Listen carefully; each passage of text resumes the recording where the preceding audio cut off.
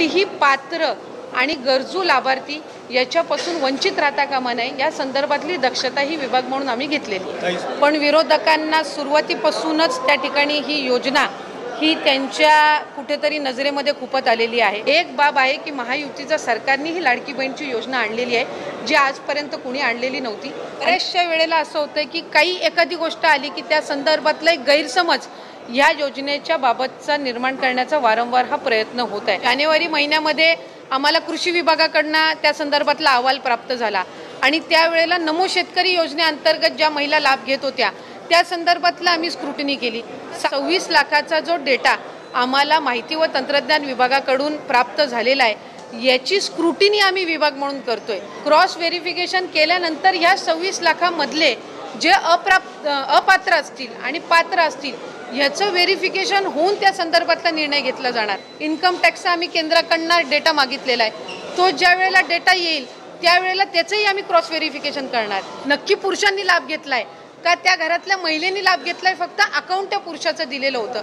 या संदर्भातलं cross verification झाल्याशिवाय त्या कन्क्लुजनला आपण येणं कुठल्याही चुकीच्या व्यक्तीला याच्यामध्ये लाभ जाता कामा नये या संदर्भातली ही प्रोसिजर आहे। स्क्रुटिनी ही साधारणपणे रूटीन प्रोसिजर आहे आणि ती होत राहणार आहे। त्याच्यामध्ये ह्या 26 लाखामध्ये असेही काही असतील जे पात्र असतील पण काही व्हेरिफिकेशनमध्ये त्यांच्या काही हे झालेलं असेल आणि जे अपात्र असतील त्यांचा लाभ हा थांबवण्यात येईल की ज्यांनी या योजनेचा चुकीचा लाभ घेतलेला असेल त्यांच्यावर योग्य ती कारवाई करून त्या संदर्भातली रिकव्हरीची भूमिका ही शासनाची आहे। हा 26 लाखाचा डेटा त्यांनी आम्हाला दिलेला आहे, हा अजून विभाग म्हणून आम्हाला क्रॉस व्हेरीफाय करणं आहे। त्याला कुठल्याही योजनेमध्ये त्या ठिकाणी चांगल्या पद्धतीने ती राबवायची आहे, लॉंग टर्म ती राबवायची आहे।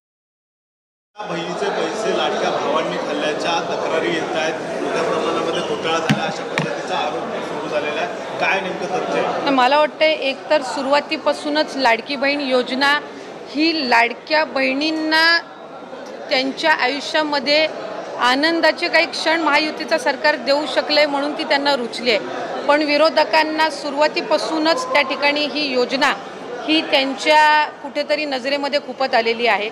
साधारणपणे या संदर्भातला आम्ही वारंवार राज्याचे मुख्यमंत्री फडणवीस साहेब असतील, उपमुख्यमंत्री शिंदे साहेब असतील, अजितदादा असतील आणि विभागाची मंत्री म्हणून मी सुद्धा असेल, आम्ही साधारणपणे माध्यमांना वेळोवेळी या संदर्भातली माहिती ही देत आलेलो आहोत। पण बऱ्याचशा वेळेला असं होतं की काही एखादी गोष्ट आली की त्या संदर्भातला एक गैरसमज या योजनेच्या बाबतचा निर्माण करण्याचा वारंवार हा प्रयत्न होत आहे। साधारणपणे ही योजना 28 जून 2024 मध्ये त्या ठिकाणी घोषित झाली। 1 जुलैपासून त्या संदर्भातले फॉर्म भरण्याची सुरुवात झाली। पहिल्या टप्प्यातले 2-3 महिन्याची लाभार्थ्यांची संख्या साधारणपणे 1,33,00,000 होती, जे 17-18 ऑगस्ट 2024 मध्ये लाभ आम्ही वितरित केला। त्याच्यानंतर 15 ऑक्टोबरपर्यंत त्याच्या रजिस्टरच्या संदर्भातली जी काही मुदत होती ही त्या ठिकाणी सरकारच्या वतीने देण्यात आलेली होती आणि या आधी सुद्धा प्रत्येक वेळेला ज्या वेळेला आम्ही स्क्रुटिनी ही जी प्रक्रिया आहे ही साधारणपणे सातत्याने चालणारी प्रक्रिया आहे। याचं कारण असं की वेगवेगळ्या विभागाचे जे डेटा असतात याचा ॲक्सेस त्या पर्टिक्युलर डिपार्टमेंटलाच असतो, त्या विभागालाच असतो। आज महिला व बालविकास विभाग जो आहे हा कृषी विभागाचा किंवा माहिती व तंत्रज्ञान विभागाचा किंवा अन्न व नागरी पुरवठा विभागाचा डेटा हा ॲक्सेस करू शकत नसतं। आम्हाला त्यांच्याकडून तो डेटा प्राप्त होणं ह्या जो कालावधी आहे हा निश्चितपणाने त्या ठिकाणी लागत असतो। जानेवारी महिन्यामध्ये आम्हाला कृषी विभागाकडून त्या संदर्भातला अहवाल प्राप्त झाला आणि त्यावेळेला नमो शेतकरी योजनेअंतर्गत ज्या महिला लाभ घेत होत्या त्या संदर्भातला आम्ही स्क्रुटिनी केली। 6-7 लाखाचा डेटा त्यावेळेला मिळालेला होता आणि त्या 6-7 लाखापैकी साधारणपणे 5 ते 5.5 लाख अशा महिला होत्या ज्या नमो शेतकरीचाही लाभ घेत होते आणि आपल्या लाडकी बहीण योजनेचाही लाभ घेत होत्या। म्हणून त्यांना नमो शेतकरीचा लाभ हा 1000 रुपयाचा जो आहे तो चालू राहिला आणि लाडकी बहीणचा आपण त्यांना 1500च्या ऐवजी 500 जे आपण GR मध्येच नमूद केलेला आहे की तुम्हाला टोटल 1500चा लाभ हा शासनाच्या योजनांमधनं मिळेल।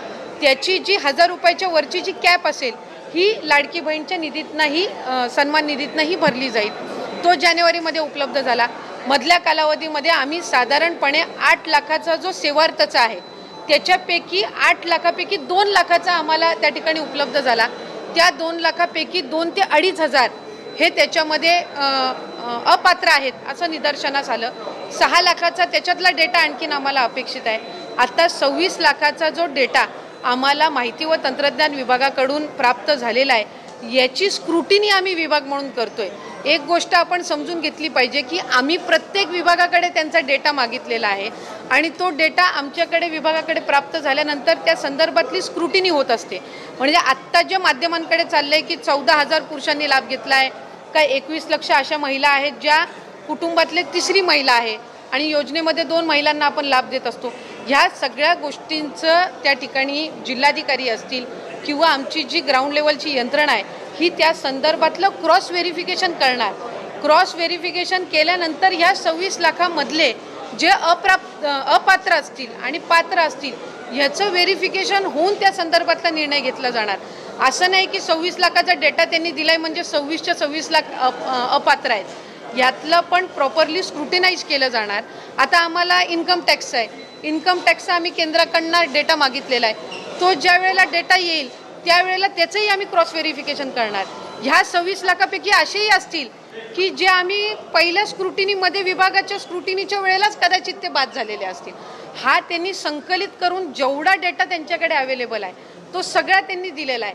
याच्यातून आमच्या विभागाची जो निगडीत आहे तो ग्राउंड लेवलवर त्या संदर्भातली तपासणी होणार आणि त्या संदर्भातली स्क्रुटिनी झाल्याच्या नंतर आपल्याला तो आकडा येईल की ह्यांनी जो डेटा दिलेला आहे त्याच्यापैकी प्रत्यक्षात पात्र किती आहेत आणि अपात्र किती आहेत. आणि आत्ता जो आपल्याला साधारणपणे जो काही 14,000 पुरुषांनी लाभ घेतलेला आहे किंवा काय ह्या संदर्भातली सुद्धा जिथपर्यंत आमच्याकडे ग्राउंड रिपोर्ट येत नाही तिथपर्यंत हे आकडे जे आहेत हे IT विभागाने आम्हाला दिलेले आहेत. त्या संदर्भातली सविस्तर स्क्रुटिनी झाल्यानंतर निदर्शनास येईल की प्रत्यक्षात हे जे पुरुष आहेत यांनी त्या घरातल्या स्त्रीचं अकाउंट नव्हतं म्हणून त्यांनी त्यांच्या आधार कार्डशी लिंक कदाचित या पुरुषाचं अकाउंट असेल म्हणून त्यांनी ते अकाउंट नमूद केलेलं होतं का वेगळं काही त्याच्यामध्ये आहे. हे ज्या वेळेला स्क्रुटिनी होईल विभागाकडून त्यावेळेला लक्षात येईल. हा मोघम डेटा आहे आणि हा मोघम डेटा आम्हाला IT विभागाकडनं प्राप्त झालेला आहे, माहिती व तंत्रज्ञान विभागाकडनं. कारण त्यांनी प्रत्येक जो डेटा आहे वेगवेगळ्या डिपार्टमेंटचा त्यांच्याकडे जो अवेलेबल आहे तो त्यांनी त्या त्या विभागाला दिलेला आहे आणि त्याच्यातला हा एक भाग आहे.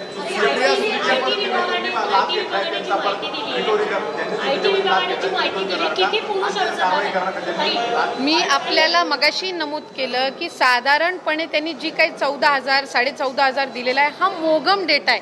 ह्याचं क्रॉस व्हेरिफिकेशन झाल्याशिवाय त्या कन्क्लुजनला आपण येऊ शकत नाही की प्रत्यक्षात हे पुरुषांनी भरलेले आहेत का त्या घरातल्या महिलेचं आहे पण तिची अकाउंट नव्हती, तिची बँकमध्ये खातं नव्हतं म्हणून त्यांनी त्यांचं खातं त्याच्यामध्ये नमूद केलेलं आहे का. हा साधारणपणे 14,000-14,500 जो काही त्यांनी दिलेला आहे ह्या संदर्भामध्ये आम्ही क्रॉस व्हेरिफिकेशन केल्याशिवाय त्या कन्क्लुजनला किंवा त्या तपशिलामध्ये मला किती 14,000 पुरुष नक्की पुरुषांनी लाभ घेतलाय का त्या घरातल्या महिलेनी लाभ घेतलाय फक्त अकाउंट त्या पुरुषाचं दिलेलं होतं या संदर्भातलं क्रॉस व्हेरिफिकेशन झाल्याशिवाय त्या कन्क्लुजनला आपण येणं हे निश्चितपणाने चुकीचं ठरेल. दुसरा जो आपण त्या संदर्भातलं विचारलं की समजा जे सरकारी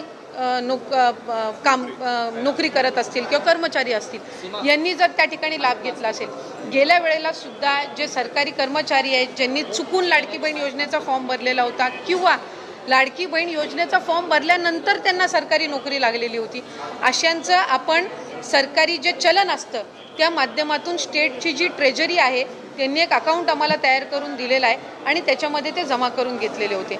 आता अशाच पद्धतीचं सेवार्थाचा ज्याचा मी उल्लेख केला की 2 लाखापैकी साधारणपणे 2-2.5 हजार असे आहेत ज्यांनी त्याचा लाभ घेतलेला आहे तर त्यांचं सुद्धा त्या पद्धतीनं रिकव्हरी केली जाणार. पुढं आणखीन 6 लाख आहेत सेवार्थाचं यांच्या संदर्भातलं पण स्क्रुटिनी झाल्यानंतर त्यांच्यातले जे काही येतील तर त्या संदर्भातली रिकव्हरी होईल. कुठलंही अनियमितता ह्याच्यामध्ये राहता कामा नये, कुठल्याही चुकीच्या व्यक्तीला याच्यामध्ये लाभ जाता कामा नये या संदर्भातली ही प्रोसिजर आहे. आणि मला आवर्जून माध्यमांच्या द्वारे त्या ठिकाणी राज्याच्या 13 कोटी जनतेला सांगायचं आहे, बहिणींना सुद्धा सांगायचं आहे की आम्ही याच्यामध्ये कुठलीही कमतरता न राहता कामा आणि प्रत्येक विभागाचा जसा जसा आमच्याकडे डेटा येईल स्क्रुटिनी ही साधारणपणे रुटीन प्रोसिजर आहे आणि ती होत राहणार आहे. त्या संदर्भामध्ये असं नाही आहे की आता ही कंप्लीट 100% प्रोसिजर झाली. जसं मी म्हटलं की आता आम्हाला IT विभागाने डेटा दिला आहे थोड्या दिवसांनी आमच्याकडे केंद्राचा इन्कम टॅक्सचा डेटा येईल, त्याच्यानंतर परिवहन विभागाचा काही डेटा येईल. तर जसं जसं त्यांचा डेटा येत राहील, अन्न व नागरी पुरवठाचा रेशन कार्डचा डेटा येईल, जसे प्राप्त होतील त्या संदर्भातली स्क्रुटिनी केली जाणार. आपण हे कन्क्लुजनला येऊन चालणार नाही की 26 लाखाचा डेटा दिलाय म्हणजे 26 लाखाचं चुकीच्या लाभार्थ्यांना पैसे गेलेले आहेत. ह्या 26 लाखाची सुद्धा स्क्रुटिनी करून याच्यातले बरेच असे असतील जे कदाचित आमच्या प्रायमरी स्क्रुटिनीमध्येच गेलेले असतील. हा एक चंक आहे डेटाचा त्यांनी दिलेला, आणि त्याच्यामध्ये ह्या 26 लाखामध्ये असेही काही असतील जे पात्र असतील पण काही व्हेरिफिकेशनमध्ये त्यांच्या काही हे झालेलं असेल, आणि जे अपात्र असतील त्यांचा लाभ थांबवण्यात येईल. सुप्रिया सुळे डायरेक्ट म्हणतात की 4,800 कोटीचा हा घोटाळा झालेला आहे, याची SITची चौकशी झाली पाहिजे. फॉर्म भरताना त्यावेळेला पडताळणी केली गेली नाही का, किंवा हे आता पैसे घेतले रिकव्हर करणार का, आणि जर चुकीच्या पद्धतीने काय प्रशासनाच्या अधिकाऱ्यांनी चूक केली तर त्यांना शिक्षा होणार का? मी साधारणपणे या गोष्टीच्या संदर्भातला वारंवार उल्लेख केलेला आहे. राज्याचे मुख्यमंत्री देवेंद्र फडणवीस साहेबांनी केलेला आहे, शिंदे साहेबांनी केलेला आहे, अजितदादांनी केलेला आहे की ज्यांनी या योजनेचा चुकीचा लाभ घेतलेला असेल त्यांच्यावर योग्य ती कारवाई करून त्या संदर्भातली रिकव्हरीची भूमिकाही शासनाची आहे. याआधीसुद्धा ज्या वेळेला एका लाभार्थ्यांनी किंवा एका व्यक्तीने 30-30, 35-35 अकाउंट्सची त्या ठिकाणी एक साताऱ्यामध्ये, एका सांगलीमध्ये, सोलापूरमध्ये अशा पद्धतीच्या घटना घडल्या, त्यावेळेला आम्ही ते अकाउंट त्याच वेळेला सील केलेले आहेत. आणि ह्या सप्टेंबर ऑक्टोबर महिन्यामध्ये सुद्धा आम्हाला तशा पद्धतीच्या आढळलेल्या आहेत, काही त्याच्यानंतरच्या कालावधीमध्ये सुद्धा आढळलेल्या आहेत, आणि त्या वेळेला आम्ही कारवाई ही केलेली आहे. आपण साधारणपणे एक गोष्ट लक्षात घेतली पाहिजे, माध्यमांनी सुद्धा कुठलाही बाबत कन्क्लुजनवर यायच्या आधी लक्षात घेतली पाहिजे की हा डेटा आहे, हा 26 लाखाचा डेटा त्यांनी आम्हाला दिलेला आहे, हा अजून विभाग म्हणून आम्हाला क्रॉस व्हेरीफाय करणं आहे. हा डेटा त्यांनी दिल्यानंतर याची ग्राउंड लेवलची स्क्रुटिनी करून नक्की त्याच्यामध्ये पात्र किती, अपात्र किती, किंवा एखाद्या विभागाकडनं ज्या वेळेला आम्हाला डेटा येत असतो त्यावेळेला कदाचित आता साधारणपणे लाडकी बहीण योजनेची नोंदणी जी आहे, रजिस्ट्रेशन, हे 2,60,00,000 म्हणजे 2.63 करोड्सपेक्षा जास्ती झालेली होती, आणि 2.63 करोड्सपैकी आपण साधारणपणे 2,47,00,000 महिलांना लाभ देतोय. म्हणजे आम्ही 15-20 लाखाचा जो डेटा आहे रजिस्ट्रेशनचा, हा ऑलरेडी स्क्रुटिनी केलेला होता. जर स्क्रुटिनी केलीच नसती तर 2,47,00,000 महिलांना लाभ गेला असता, तो 2,63,00,000 महिलांना लाभ गेला असता, 2,47,00,000 पर्यंत आला नसता. त्यामुळे हा जो 26 लाखाचा चंक आहे हा आम्ही त्या ठिकाणी व्हेरीफाय करू. बऱ्याचशा वेळेला माध्यमांनी आणि पत्रकारांनी सुद्धा आम्हाला विचारलेलं आहे, त्यांना त्यांच्या रुटीन याच्यामध्ये जिल्हा स्तरावर किंवा कुठं ते रिपोर्टिंगला जात असताना की चुकीची लोक त्या संदर्भातला लाभ घेत आहेत, चुकीची लोक लाभ घेत आहेत. तर आपण एक भूमिका ठरवली पाहिजे की आपल्याला नियमितता पाहिजे किंवा रेग्युलरायझेशन पाहिजे का इरेग्युलरायझेशन पाहिजे, आणि ते थांबवण्याच्या किंवा ते दुरुस्त करण्याच्या दृष्टिकोनातून जर विभाग किंवा शासन योग्य ती पावलं उचलत असेल तर त्या संदर्भामध्ये कोणाची हरकत नसली पाहिजे. एक वस्तुस्थिती त्या ठिकाणी आहे की लाभ हा लाभार्थ्यांपर्यंत पोचलेला आहे. आता चुकीच्या लाभार्थ्यांनी त्या ठिकाणी शासनाची दिशाभूल केलेली असेल तर त्यांच्यावर कडक कारवाई किंवा त्यांच्याकडनं ती रक्कम वसूल करणं, या संदर्भामध्ये शासन कटिबद्ध आहे. पण आपल्याला कुठल्याही योजनेमध्ये त्या ठिकाणी चांगल्या पद्धतीनं ती राबवायची आहे, लॉंग टर्म ती राबवायची आहे, आणि ती राबवण्याच्या दृष्टिकोनातून विभाग आणि शासन हे कार्यरत आहे. एक बाब आहे की महायुतीच्या सरकारने ही लाडकी बहीणची योजना आणलेली आहे, जी आजपर्यंत कुणी आणलेली नव्हती, आणि राज्याचे मुख्यमंत्री फडणवीस साहेब आणि दोन्ही उपमुख्यमंत्री शिंदे साहेब आणि दादा यांच्या नेतृत्वाखाली आम्हाला ही यशस्वीरित्या राबवायची आहे. कुठलीही पात्र आणि गरजू लाभार्थी याच्यापासून वंचित राहता कामा नये, या संदर्भातली दक्षता ही विभाग म्हणून आम्ही घेतलेली आहे. सुप्रिया सुळे यांनी थेट आरोप केला की 4,800 कोटी रुपयाचा घोटाळा केला, याची SIT मात्र. मी पुन्हा एकदा आपल्यासमोर नमूद करू इच्छिते की जे काही आकडे त्या ठिकाणी समोर येत आहेत, हे माध्यमं असतील किंवा जे काही विरोधक असतील यांनी कुठल्याही पद्धतीचं क्रॉस व्हेरिफिकेशन त्या संदर्भातलं केलेलं नाही आहे. 26 लाखाचा डेटा जर IT डिपार्टमेंटकडून आलेला आहे, आम्हालाही त्या ठिकाणी त्याचं क्रॉस व्हेरिफिकेशन करणं आहे. जसं जानेवारी महिन्यामध्ये कृषी विभागाने नमो शेतकरीचा ज्या वेळेला डेटा आमच्याकडे दिला, आम्ही 1 महिन्याचा कालावधी घेतला तो क्रॉस व्हेरीफाय करायला. ज्या वेळेला 7-7.5 लाखाचा डेटा त्यांनी दिला त्यावेळेला त्यातले 5 लाख खरंच नमो शेतकरीचे लाभार्थी आहेत, हे आम्ही जिथपर्यंत स्क्रुटिनी केली नाही तिथपर्यंत त्या कन्क्लुजनला आलेलो नव्हतो. त्याच्यामुळे जो काही हा 26 लाखाचा डेटा आलेला आहे याचं क्रॉस व्हेरिफिकेशन आमची प्रक्रिया ही सुरू आहे. ही अगदी ग्राउंड लेवलपर्यंत होणार आणि त्याच्यातून किती आकडे समोर येतात पात्र अपात्राचे हे आपल्या समोर येतील.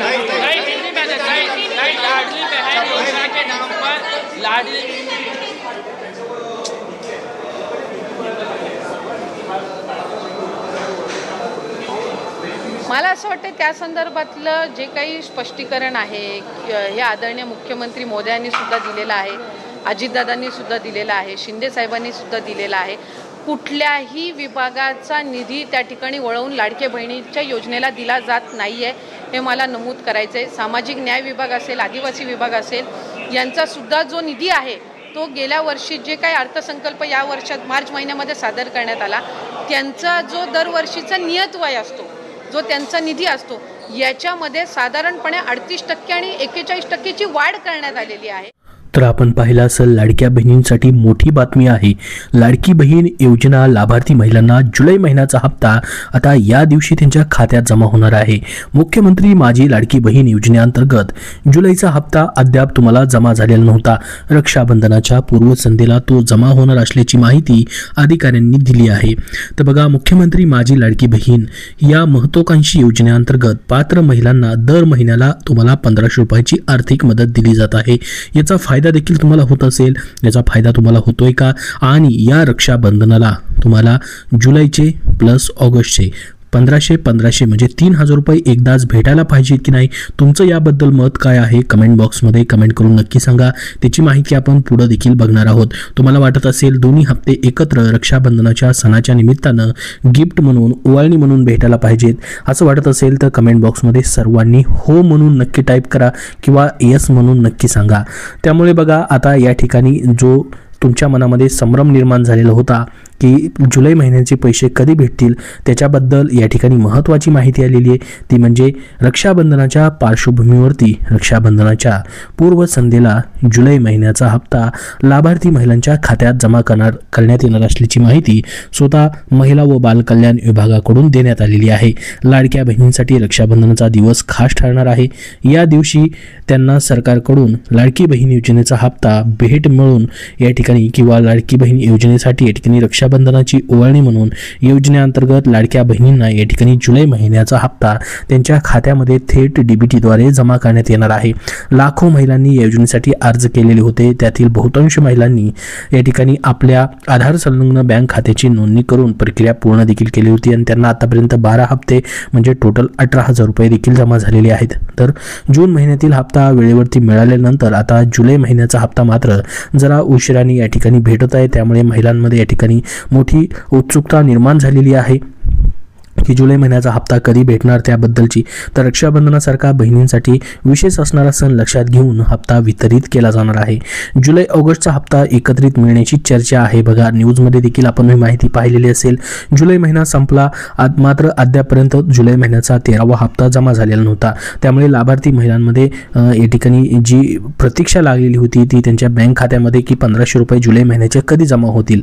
तर गेल्या वर्षी जुलै आणि ऑगस्टचे हप्ते जे आहेत ते एकत्रितपणे 3000 रुपये 17 ऑगस्ट 2024 रोजी जमा झाले होते. त्यामुळे यंदाही अशी शक्यता मात्र वर्तवली जाते. मात्र आता स्वतः महिला व बालविकास मंत्र्यांनी ट्विट करून माहिती दिली की रक्षाबंधनाच्या पूर्वसंध्येला 1500 रुपये मात्र फक्त जुलै महिन्याचे दिले जातील. त्याच्यामध्ये त्यांनी 2 हप्ते एकत्रित भेटणार का त्याच्याबद्दलचा उल्लेख केलेला नाही. मात्र तसा निर्णय जर झाला की ऑगस्ट महिना सध्या चालू आहे, ऑगस्ट महिन्याचे पैसे याच महिन्यामध्येच भेटायला पाहिजेत, मग ते या ठिकाणी ऑगस्ट महिन्याच्या शेवटी भेटण्यापेक्षा या ठिकाणी रक्षाबंधनाला जर भेटले तर लाडक्या बहिणींचा हा जो रक्षाबंधनाचा विशेष क्षण आहे तो मोठ्या उत्साहामध्ये अजून या ठिकाणी साजरा होऊ शकतो. त्यामुळे सरकारने तसा निर्णय घेतल्यास या ठिकाणी लाडक्या बहिणींसाठी ती आनंदाची बातमी असू शकते.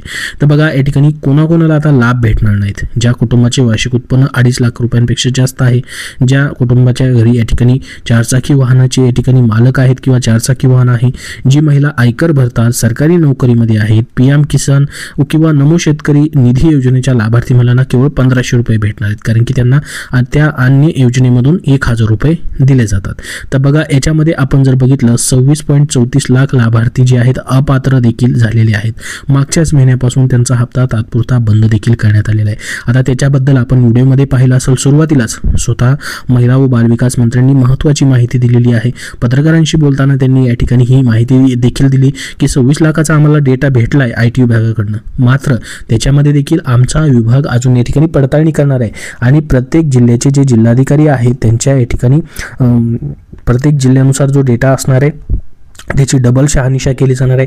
मग त्यातून जे अजून या ठिकाणी पात्र असू शकतील त्या लाडक्या बहिणींचा जून महिन्याचा जो सन्मान निधी असेल किंवा इतर पुढचे जे पण सर्व हप्ते त्यांनी स्थगित केलेले आहेत ते पुन्हा या ठिकाणी दिले जाणार आहेत। शासनामार्फत त्यांचा लाभ पुन्हा या ठिकाणी सुरू केला जाणार आहे असं त्यांनी सांगितलं आहे। मग आता ज्यांनी 26 लाखामध्ये ज्यांना पैसे भेटलेले नाहीत बघा जून महिन्यापासून, त्यांचा जून महिन्याचा हप्ता देखील मग थकीत आहे। जर त्या पात्र झाल्या त्यामधील काही लाडक्या बहिणी तर त्यांना जून महिन्याचे देखील जुलैचे देखील पैसे मग एकत्रित भेटू शकतात, तशी देखील शक्यता असू शकते। मग जर ऑगस्ट महिन्याचाही हप्ता देण्याचा जर या ठिकाणी जुलै महिन्याच्या हप्त्यासोबत अजून जर निर्णय झाला तर ज्या लाडक्या बहिणींना जूनचे पैसे भेटले नाहीत ते 1500 रुपये, जुलैचे 1500 रुपये आणि ऑगस्टचे 1500 रुपये असे मिळून त्यांना 4500 रुपये देखील या ठिकाणी भेटू शकतात। मग तशी देखील शक्यता या ठिकाणी असू शकते। तर बघा आता सध्या जर आपण बघितलं 2.25 कोटी लाडक्या बहिणी ज्या आहेत त्या पात्र आहेत, त्यांना जुलै महिन्याचा हप्ता भेटलेला आहे। त्या सर्वच्या सर्व लाडक्या बहिणी तर सध्या या ठिकाणी पात्र आहेत, त्यांना हा जुलै महिन्याचा रक्षाबंधनाच्या पूर्वसंध्येला लाभ जो आहे तो दिला जाणार आहे। ती देखील महत्त्वाची माहिती। आता बघा 4 ऑगस्टला देखील अजून एक GR आलेला आहे। तर ही लाडकी बहीण योजनेचा जो लाभ आहे जुलै महिन्याचा तो वाटप करण्यासाठी मुख्यमंत्री माझी लाडकी बहीण योजनेअंतर्गत बघू शकता निधी वितरण करण्यासाठी 4 ऑगस्टचा देखील अजून एक GR देखील प्रसिद्ध झालेला आहे। याच्यामध्ये जर आपण बघितलं तर ह्या GR मध्ये त्यांनी म्हटलेलं आहे की 410 कोटी इतका निधी या विभागास प्राप्त करून दिला आहे, म्हणजे महिला व बालविकास विभागास सदर उपलब्ध करून दिलेला निधी पात्र लाभार्थी महिलांना आर्थिक लाभ अदा करण्यासाठी वितरित करण्याची बाब शासनाच्या विचाराधीन होती। तर बघा हा दुसरा एक GR आलेला आहे। मागेच अजून एक GR आला या ठिकाणी आपण जर बघितलं तर त्याच्यामध्ये जवळपास 2984 कोटी रुपये लाभ जो आहे तो विभागाला वितरित करण्यासाठी हा GR 31 जुलैला आलाय आणि त्याच्यानंतर आता बघू शकता 4 ऑगस्टला देखील अजून एक GR आलेला आहे। तर हे 2 सध्या GR आलेले आहेत, त्याच्यामुळे तुमचा लाभ तर तुम्हाला भेटणारच आहे। निधीची प्रक्रिया जी आहे या ठिकाणी विभागामार्फत किंवा सरकारमार्फत केली जाते वाटप करण्यासाठीची। लवकरच तुम्हाला आता जुलै महिन्याचा हप्ता जो आहे या ठिकाणी भेटू शकतो। 9 ऑगस्टला रक्षाबंधन आहे, त्याच्या अगोदरच तुम्हाला पूर्वसंध्येलाच रक्षाबंधनाच्या किंवा रक्षाबंधनच्या 1 दिवस अगोदर पूर्वसंध्येला हे पैसे तुमच्या खात्यामध्ये आता जमा होणार आहेत। तर ही तुमच्यासाठी गुड न्यूज आहे। मात्र पडताळणी प्रत्येक महिन्याला अशाच पद्धतीने अजून चालू राहणार आहे। प्रत्येक महिन्यामध्ये या ठिकाणी ही पडताळणी विविध विभागांचा डेटा या ठिकाणी गोळा करून त्या ठिकाणची पडताळणी केली जाणार आहे। स्वतः महिला व बालविकास मंत्र्यांनी देखील या ठिकाणी पत्रकारांशी बोलताना ही माहिती दिलेली आहे। आपण व्हिडिओच्या सुरुवातीलाच ती माहिती देखील बघितलेली असेल। याबद्दल तुमचे अजून काही प्रश्न असतील तर कमेंट बॉक्समध्ये विचारा। या व्हिडिओमध्ये एवढीच महत्त्वाची माहिती। धन्यवाद।